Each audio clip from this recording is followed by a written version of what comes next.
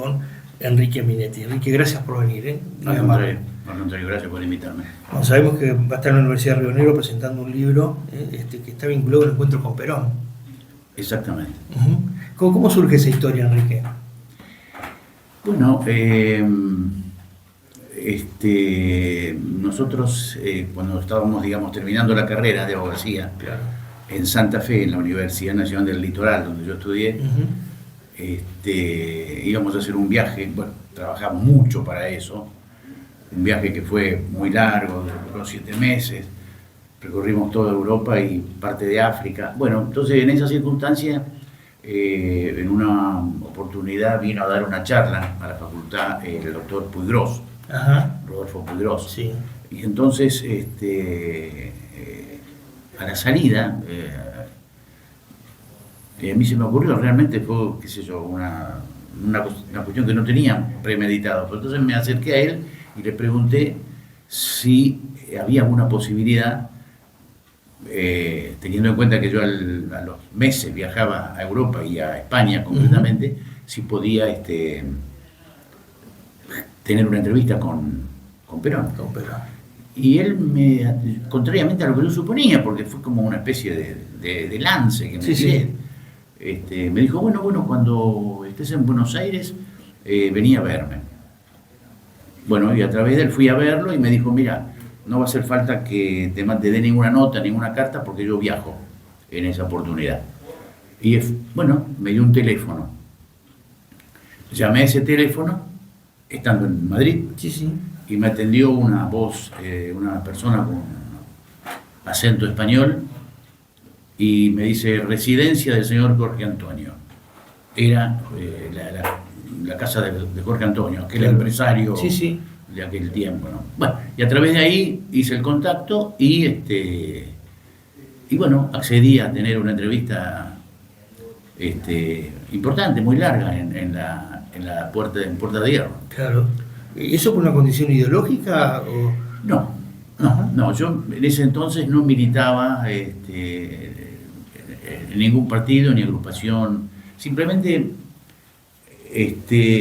era un joven inquieto, como todos, o la mayoría de aquella época, estamos hablando del año 71, 71, y bueno, Perón era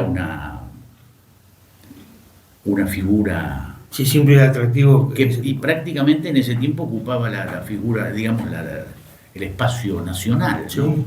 Era un hombre, bueno, por un montón de circunstancias, por su exilio, tanto tiempo afuera, la imposibilidad de regresar, la prohibición de participar en elecciones, y todo eso había generado una imagen que era prácticamente un mito.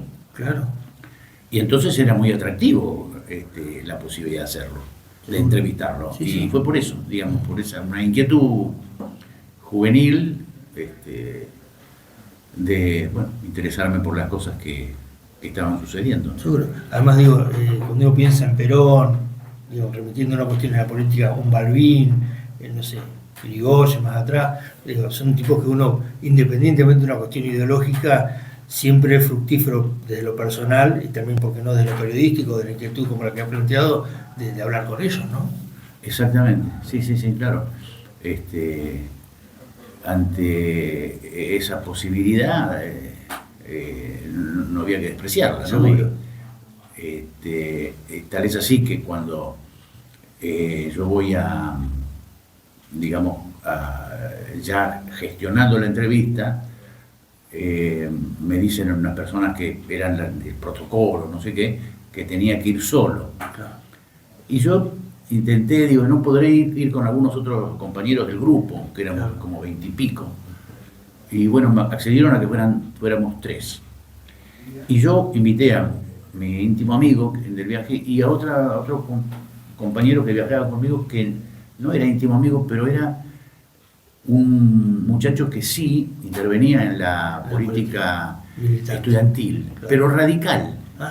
Es radical, era en lo que allá se llamaba MURA, que era el Movimiento Universitario Reformista Auténtico. Pero bueno, de origen radical. De origen radical, y supuse que obviamente podría interesarle más que a otra persona que no tenía. Bueno, y así fue, lo invité y fuimos los tres. ¿Y cómo fue aquel encuentro con Perón? ¿Cómo? ¿Cómo fue aquel encuentro con Perón? Bueno, fue muy...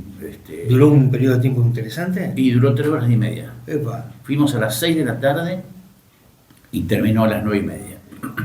impresionante. Sí, porque éramos un grupo digamos, de abogacía, Claro.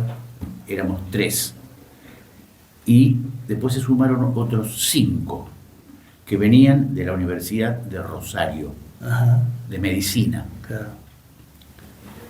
que también, porque en aquel entonces se acostumbraba a hacer esas organizaciones de viaje, Claro. y entonces ellos vinieron también de Rosario. Y como los quintos años van a Bariloche, en esa época era Efectivamente, algo así. una cosa así. Y hay una cosa así, interesante a remarcar acá como anécdota. Ujú.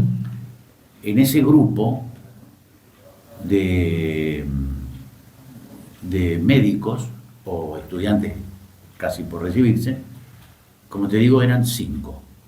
Había 2 chicas y 3 muchachos. Yo no conocía a ninguno. Claro.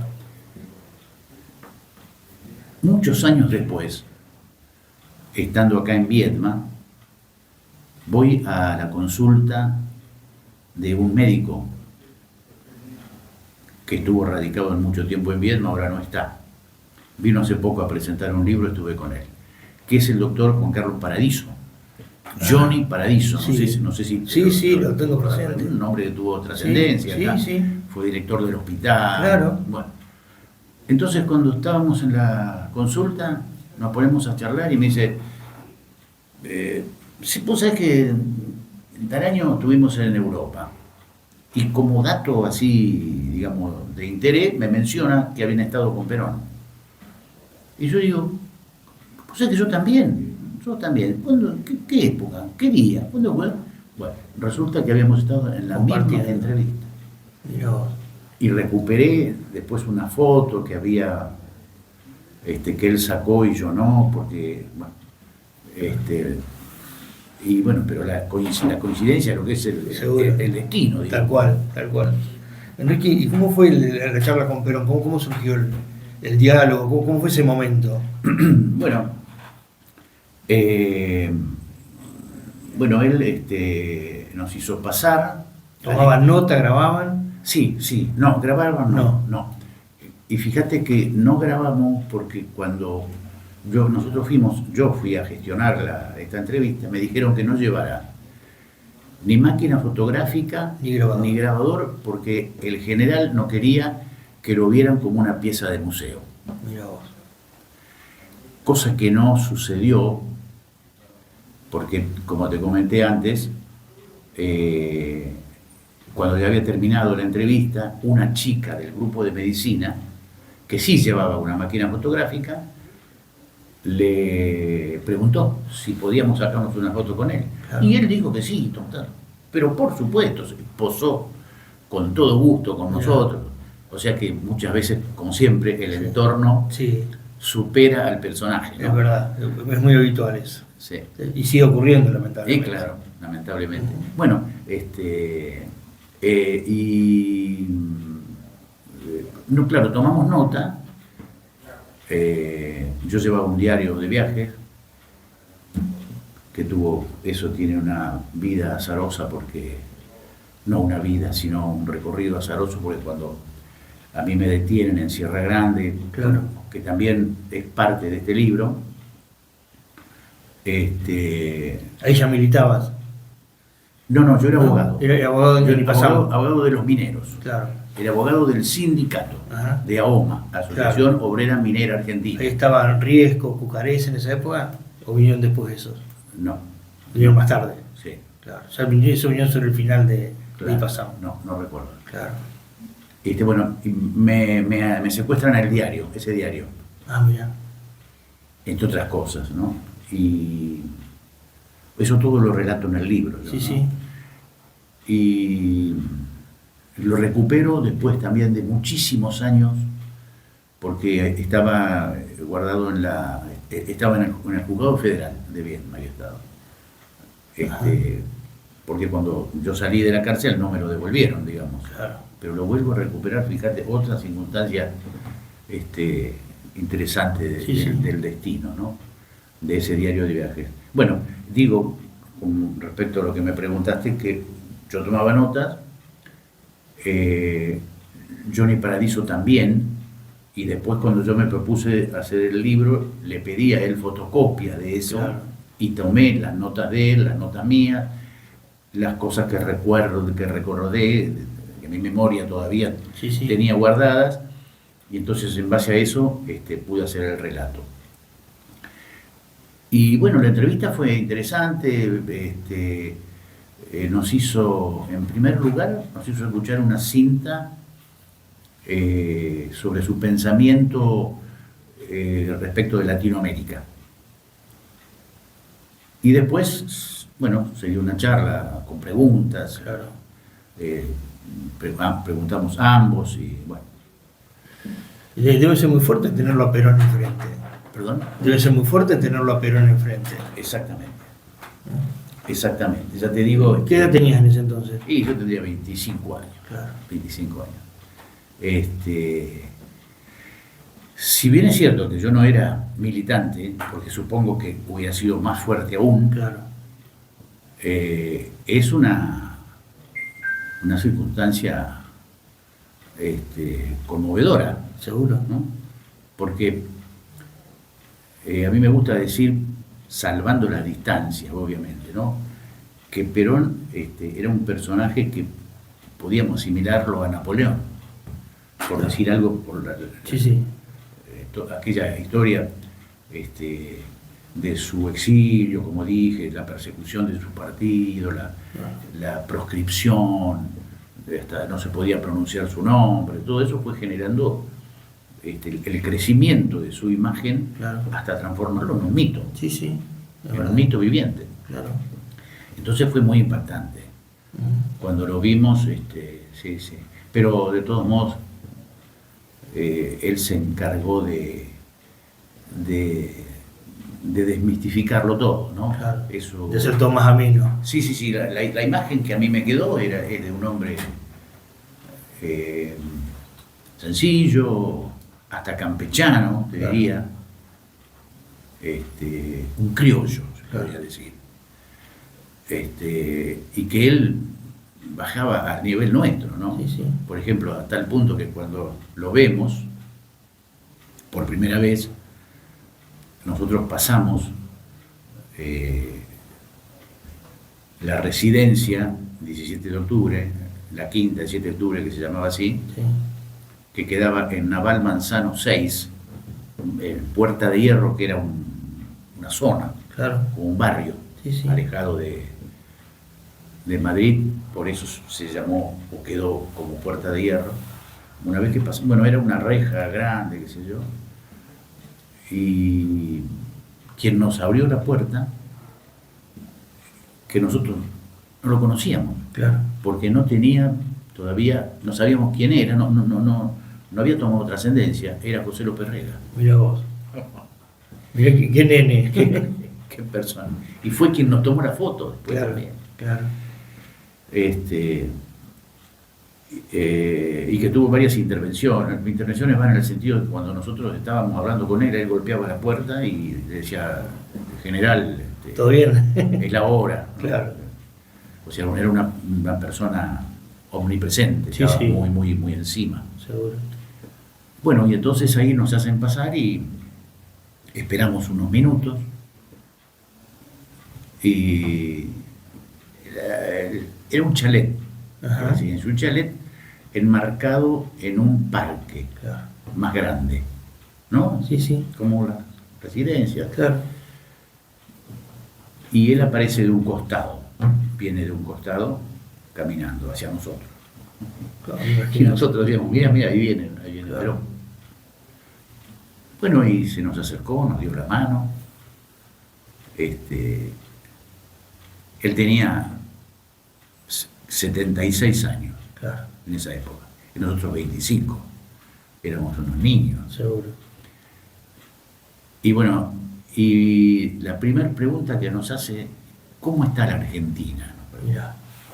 Como si él no supiera. Claro, pero quería la visión de ustedes. Imagínate. Claro. Claro, quería la visión nuestra tal vez, y a lo mejor lo hizo para aflojar, para... Sí, o quizás para ver, esto que miren a ver si saben de qué se claro, trata. tal vez, vaya a saber, ¿no? Bueno, pero digo, esa es la imagen. Incluso, ¿Vos recordás algo que le hayas preguntado vos puntualmente? bueno, yo le hice dos preguntas. Yo le pregunté,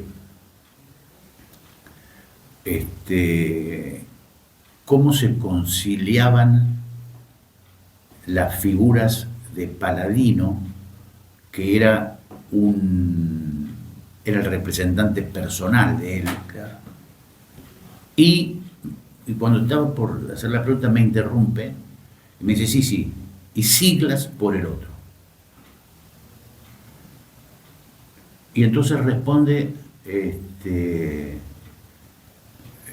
dice, mire, o vea, no me acuerdo cuál era la expresión que tenía. Él decía vea siempre. Vea, ¿no? Sí. Mire, o vea, yo fui profesor de la materia conducción en la Escuela Superior de Guerra durante muchos años. Y entonces ahí se explayó, la conducción es un arte, dijo,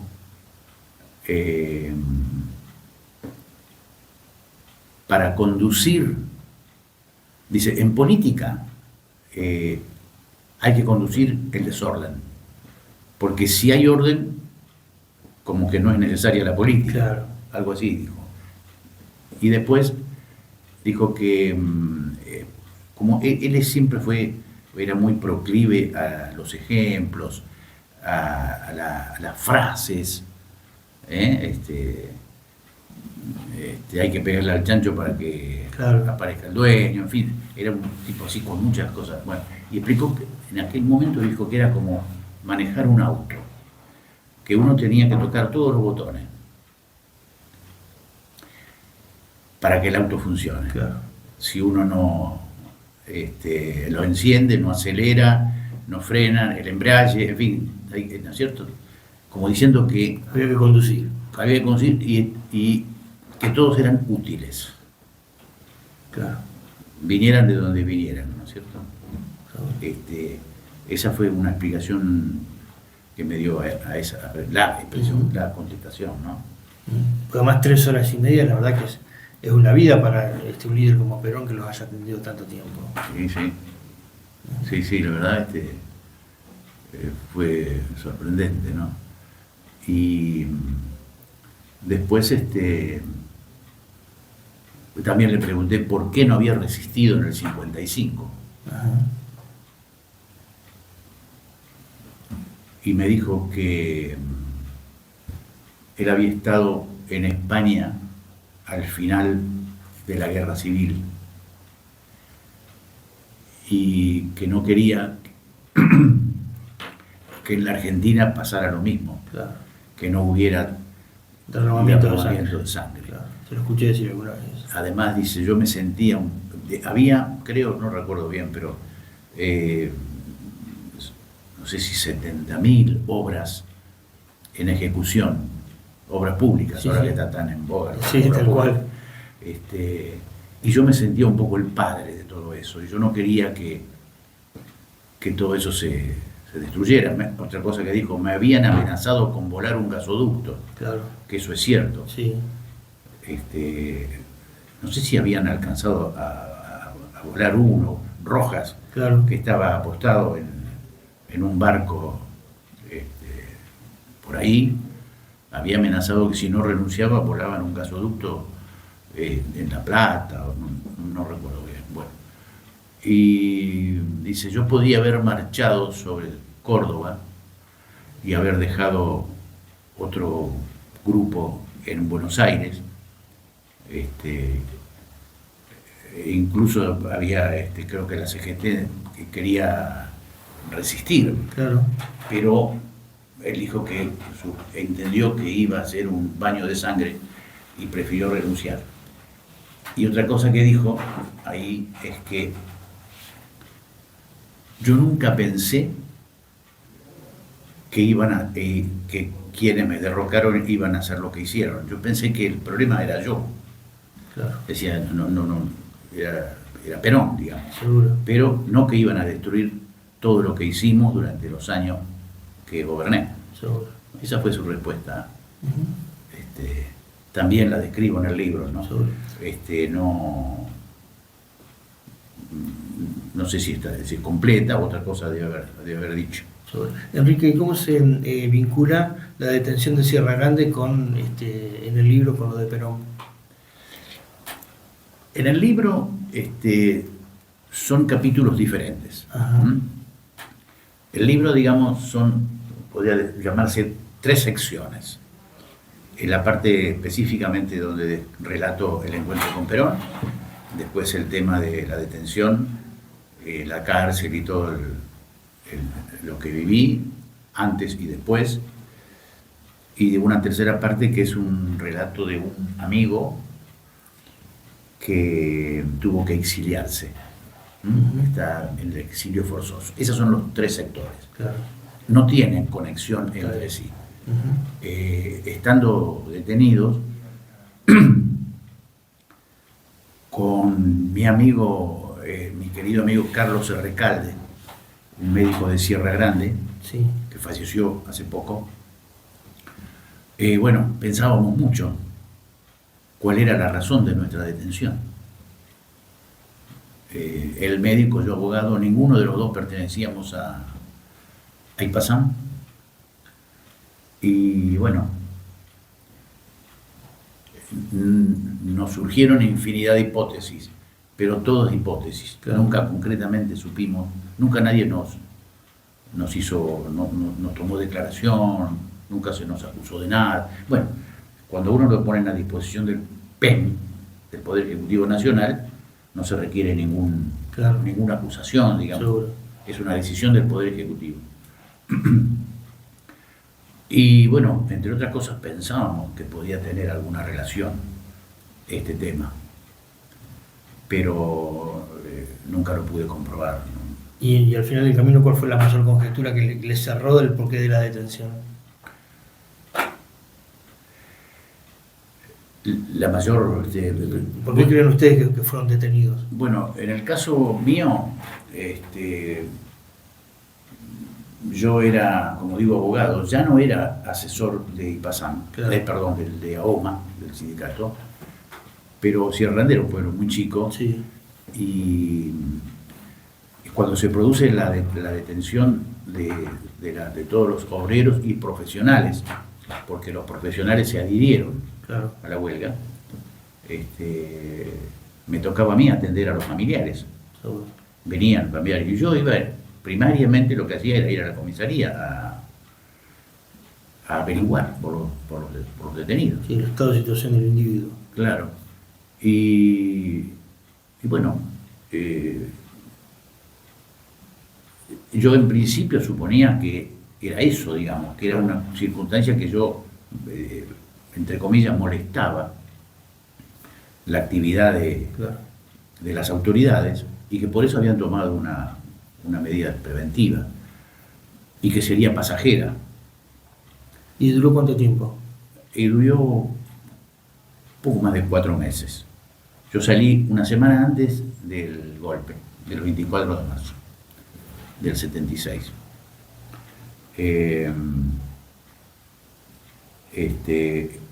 Entonces digo, en principio yo suponía que se trataba de eso, pero no, después quedé a disposición del PEN, pero esa circunstancia de que yo te digo que podía haberse tratado de una cuestión de evitar que yo estuviera intercediendo ahí, en alguna medida se ratificó cuando después que yo obtuve la libertad, yo fui a trabajar, porque yo no tenía trabajo, perdés tu trabajo, sí.